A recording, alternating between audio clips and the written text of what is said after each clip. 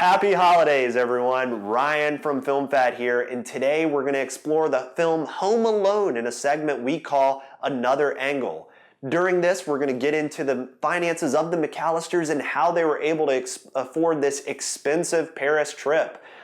Going into this, we're going to explore some things that the internet has not really discussed, including the mysterious Uncle Rob that is prevalent in both films but never seen. So, let's get right into it. There's been a funny, popular meme going around questioning the financial status of Kevin's father, Peter McCallister.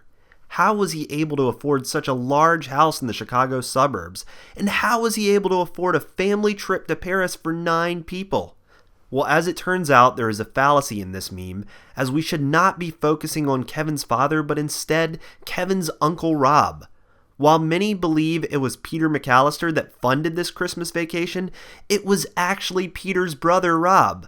This is explained in a scene by Kevin's mother that many may have missed due to the fast-paced conversation she has with Harry in a somewhat flustered state. Check it out here. Having a reunion or something? Oh, no, my husband's brother transferred to Paris last summer, and both of his kids are still going to school here, and I guess he missed the whole family. He's giving us all this trip to Paris for the holidays so we can be together. So there you have it.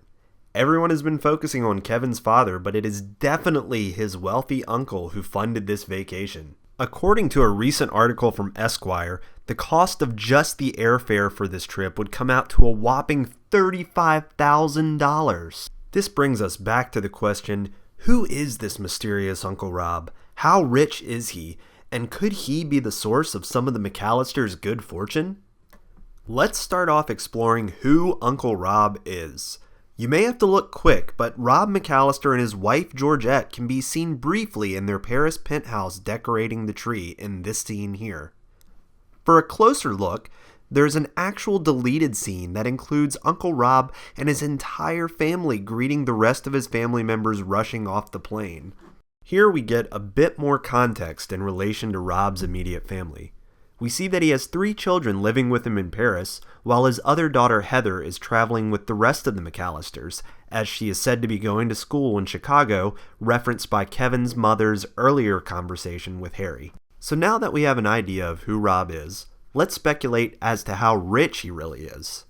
As previously referenced, he was able to drop $35,000 to fly out his immediate and extended family to Paris.